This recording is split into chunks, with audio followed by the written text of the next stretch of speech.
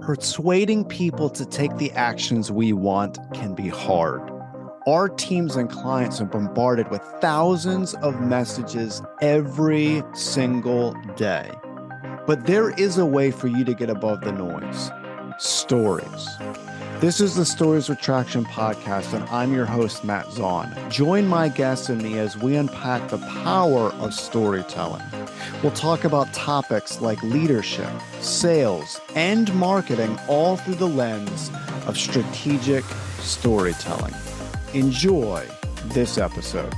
One of the most amazing things to me about traveling all over the United States is I get to meet some incredible people, and I learn about these individuals. I love hearing their stories and what drives them. Well, today I'm joined by an individual that absolutely fascinates me. I'm joined by Dr. Anthony Lee. Now, Dr. Lee is the president and CEO of Westcliff University, and we are going to dive in to scaling, innovation, and leadership. Welcome to the show, Dr. Lee. Thanks, Matt. I'm looking forward to it. Really appreciate you having me. And I appreciate your time. I know you're extremely busy, so I appreciate you sharing some time with us and just diving in and unpacking different elements of what makes you you and what you've done for your organization. So just to kind of paint the scene for everyone and just to share why I respect you so much is for a lot of different things that you've done, which is just almost unbelievable in my opinion. So you took Westcliff University from nothing. So you founded this university and you took it from virtually almost no students to the 6,000 there are today. So it is unbelievably extraordinary to even hear this. So can you tell us like the beginning steps of what it means to start a university and then go from there? Yeah, I mean, when I first took over the university, my dad had started it 30 years ago. And when I took it over, we probably had less than 50 students. And when I took it over, there was a lot of work to be done. We started with focusing on the staff that we wanted to hire, the staff and faculty that we wanted to hire to help build the team out, and then really get going on trying to achieve accreditation. And that time spent was a number of years we spent trying to pursue accreditation. And I think that was a huge key for us to take off and be successful in the future.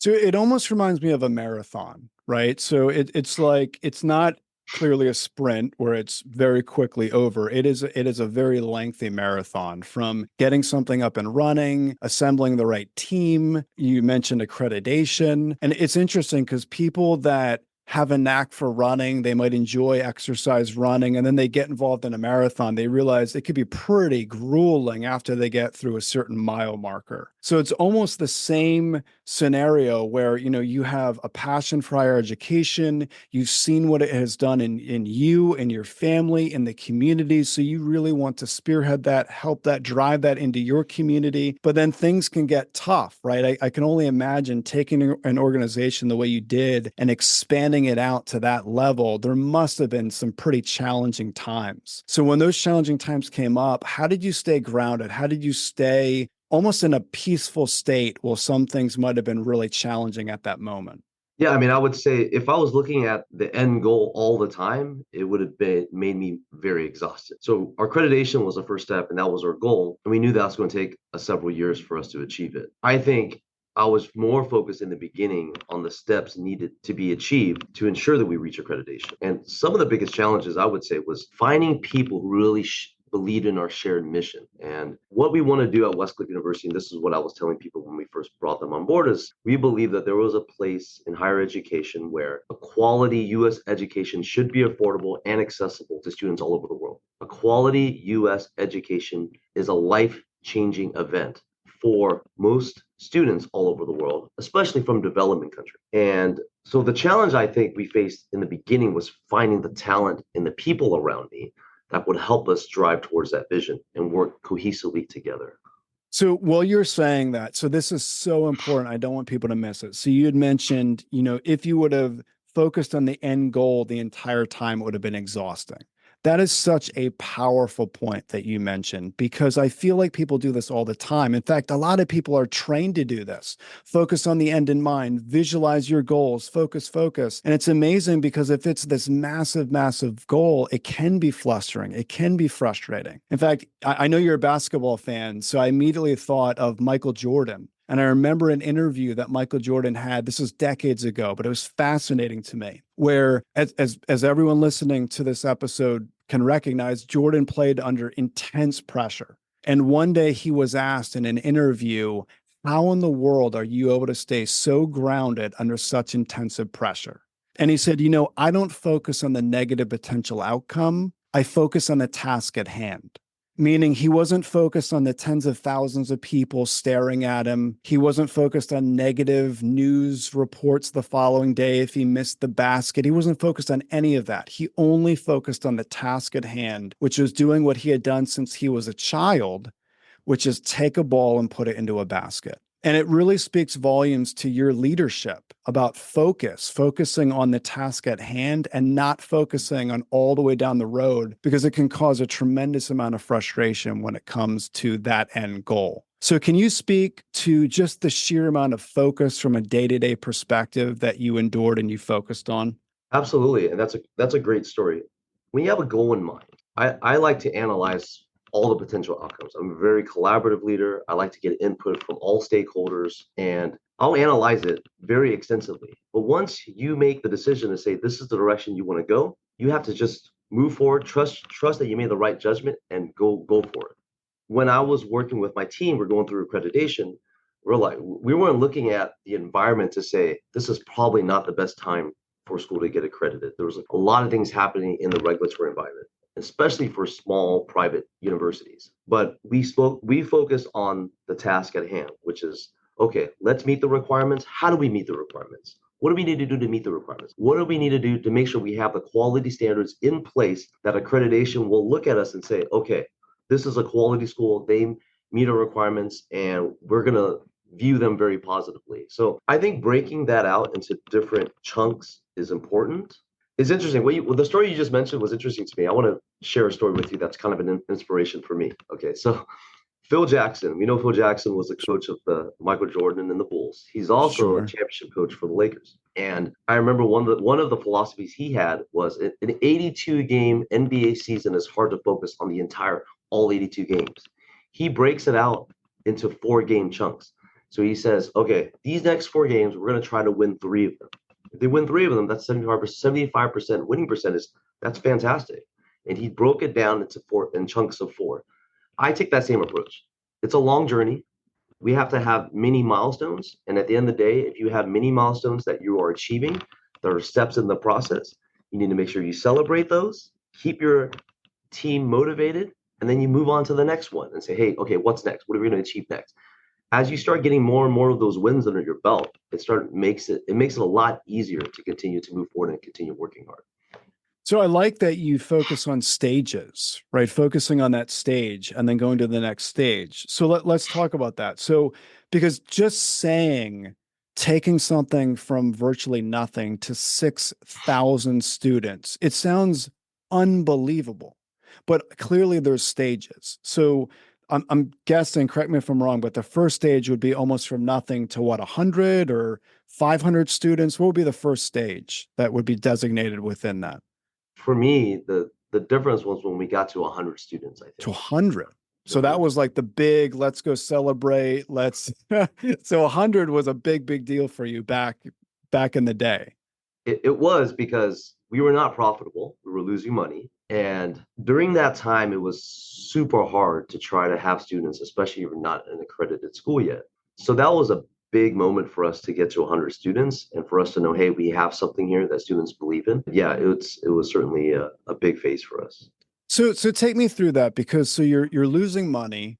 Obviously, that's not a good place to be. And sometimes I think our subconscious mind kicks in more than we want to realize, right? So our subconscious mind is based on our experiences, our upbringing, different things that have happened. It keeps us going in a certain way. So clearly, whether it was conscious or subconscious, you had such a passion for what you were doing to help students, help the community, that even though you were losing money hand over fist back when this was happening, you still were going, you still were focusing on the next stage. So is there something in your background that primed you for grit, primed you for perseverance, or something that you could point back to? Or maybe it's a few things that you can point to and say, this is what made me me, that even though things were extremely grueling, that you were focused on getting through that. Is there anything in particular you can point to? My father, absolutely. He was an immigrant. He came over to the US. He was actually very successful in Vietnam already.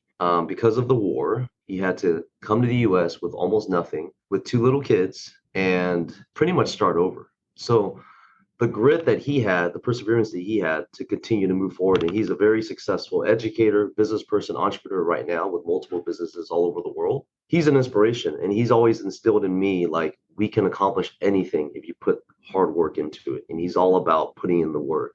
And I've seen it. And I think a lot of that has to do with his high expectations he's had for me and pushing me, and his belief and vision in the university that there is a spot for Westcliff University in the future that are going to serve students from all over the world and going to make a big impact everywhere. So that's an incredible story, a powerful story, that from nothing immigrant story, that your father came here, made an incredible life for himself. And it's almost that generational change that he impacted so many people around him. So I can see how something like that would create a sense of grit in you for sure. Was there anything, maybe it's early childhood, maybe in your teens, that you were into that kind of created this journey of perseverance in you? Anything, maybe an extracurricular activity or maybe an athletic that you can think of? Yeah, absolutely. I mean, been playing basketball since I was in kindergarten. I'm very competitive. And when I played, I was never the biggest or even the fastest on the team. So I had to work really hard. Even throughout, when I was in junior high, the team that I played on, we were always the smallest, but we always did pretty well.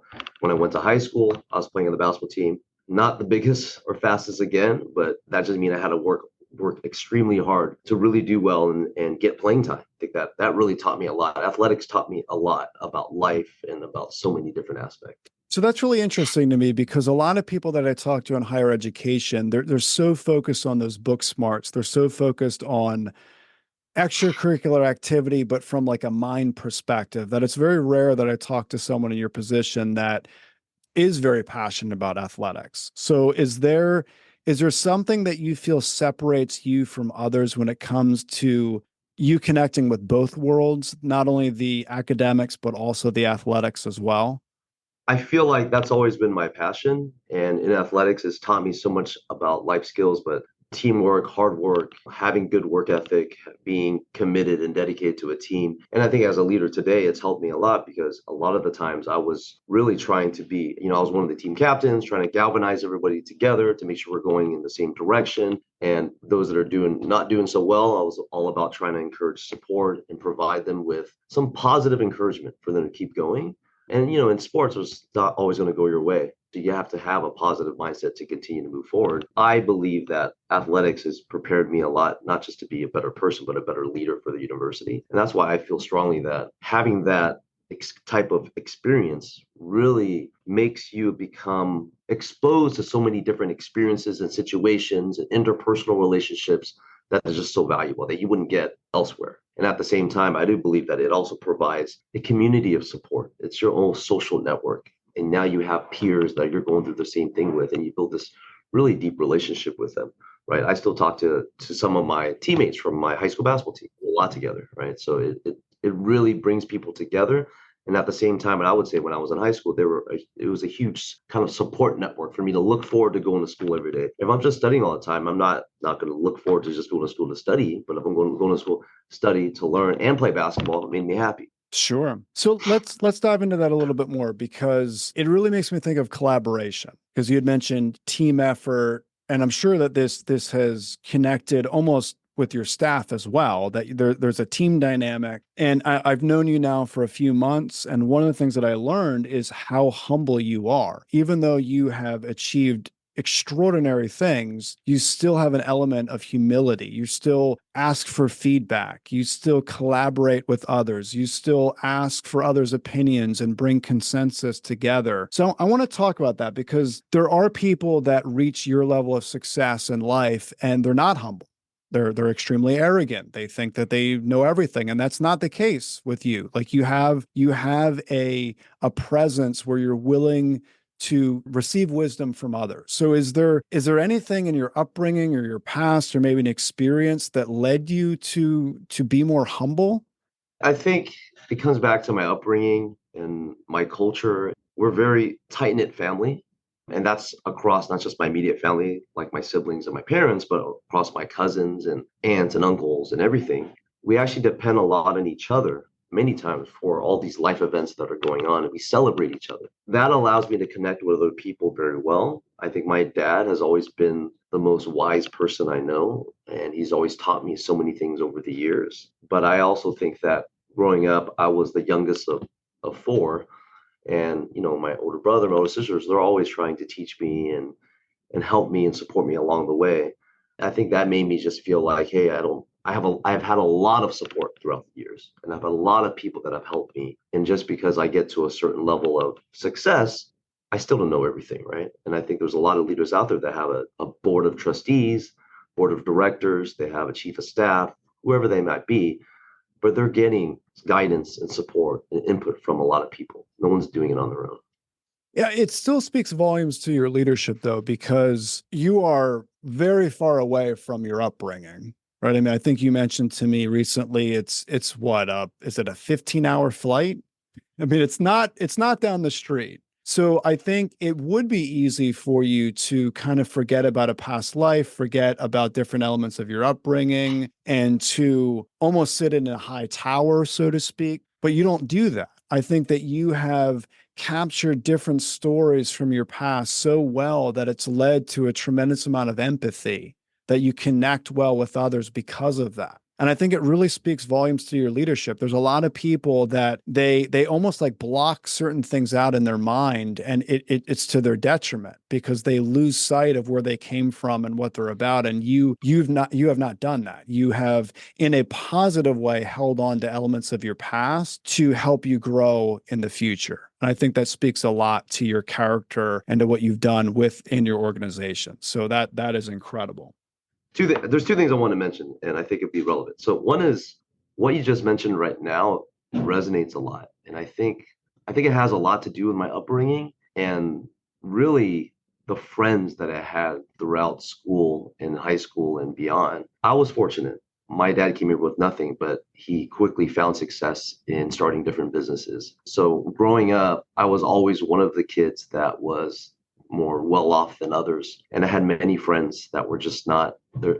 Unfortunately for them, they didn't have the same resources that I had. And I think that really gave me a lot of humility because I had more resources than them, a lot more support than them. It just made me feel like if anything hard or tough went my way, I always felt like I shouldn't be complaining. I have it much easier than my friend here or my cousin here. And some of them are my inspiration. Like they grew up in broken homes, unfortunately, no follow their own single parent homes, lower socioeconomic status, but many of them now are very successful in what they do. So I think that's a part of it. I would say the other part of that helps me become humble is, again, it goes back to my father and my mother. My father was the oldest son in his family. My mom is the oldest of 8 siblings in her family. They've always had the mentality to take care of everybody. Always take care of their siblings, take care of their nieces, their nephews, which are my cousins.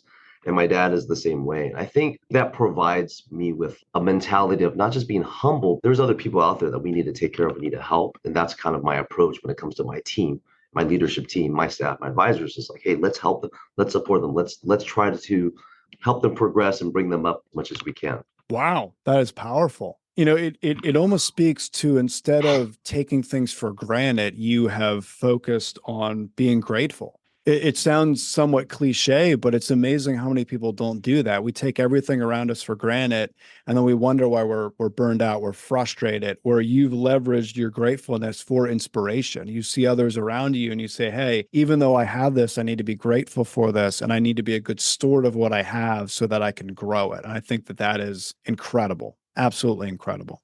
So Yeah. speaking of growth, a big part of growth is innovation. And I know that you're no different when it comes to that because you have been an incredible innovator when it comes to what you've done in the education world. So can you take us through, we'll backtrack a little bit. So you take the school from nothing to 100 students, you get the accreditation, and then you're pushing forward, you are bringing hundreds of more students in, and then you need to focus on innovation to really supercharge that. So what are some things that you've done when it comes to innovation? So I think that's a powerful word. I think there's been ways where I try to be innovative, which is number one, our primary focus in the beginning was on international students. So our student population that we focused on was international students. And because that was part of our mission, we understood that not only did it needed to be quality, but also be affordable. So we invested resources strictly into the curriculum and the academics to ensure we build a high quality program. I think that part of the innovation for us is how do we approach and support international students? So we created a very flexible program for international students to come here and do internships and get practical experience because that's what they're looking for. Because ultimately, our goal is to get students jobs. We want to make sure that students are successful after graduation. So during their academic journey at Westcliff, we are focused a lot on trying to secure internships for them. So we created curriculum that's flexible, that allows students time to have internships and still focus on their studies. At the same time, we also focused on ensuring that what they're learning in the classroom can be applied in the real world. We have an approach at Westcliff that we created, and it's called CAPRI: contextual, applied, practical, relevant, and inclusive. All of those elements is the lens that we look through when we add any program.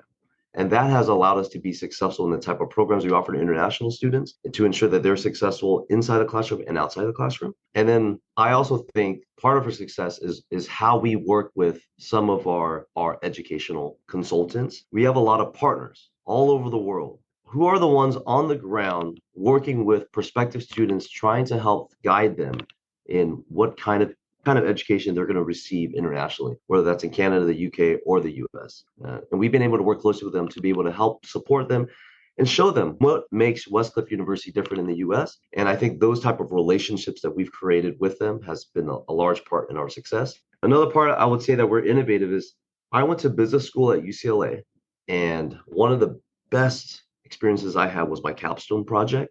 And I fortunately was able to work with ESPN for my capstone project. It was a fantastic experience, but that was a group project I had with other people in my class, and we were looking at ESPN's mobile strategy. This was in 2007, and the experience I had was fantastic because I was able to work directly with a potential employers out there to understand that those dynamics, their expectations, how to work together as a team, how to communicate to a potential employer work case situation. I've taken that a step further at Westcliff University. So I've implemented something similar to that at Westcliff, which many business schools around the nation do, which is have a capstone project for the MBA students.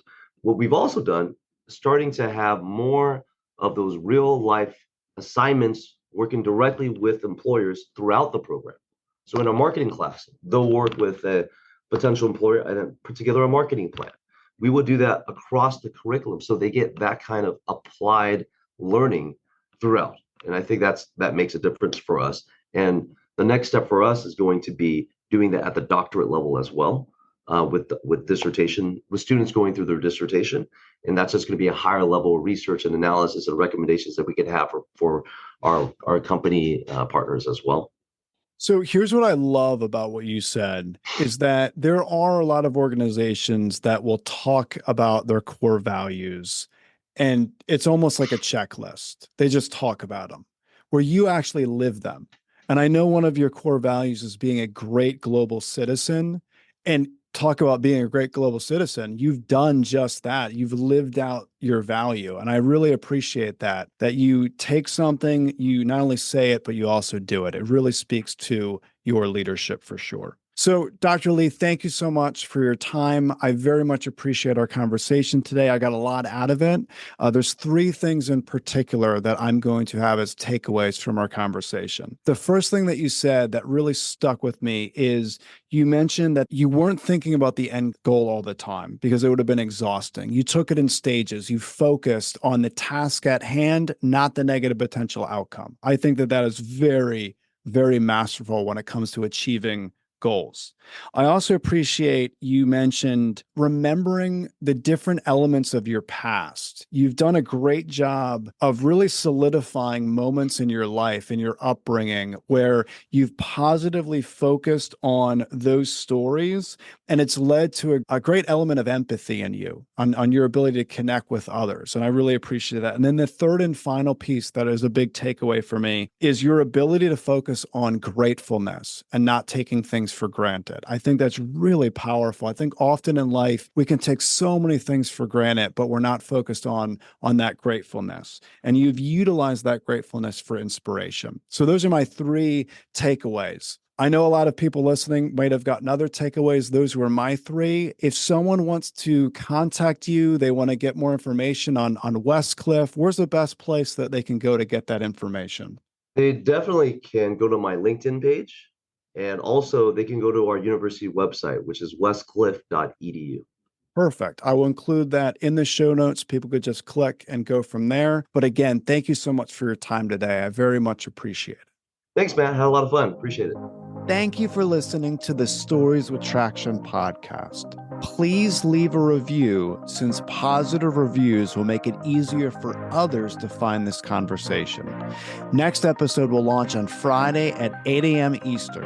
Until then, remember, if you want to persuade with power and inspire those around you to action, you must share more stories.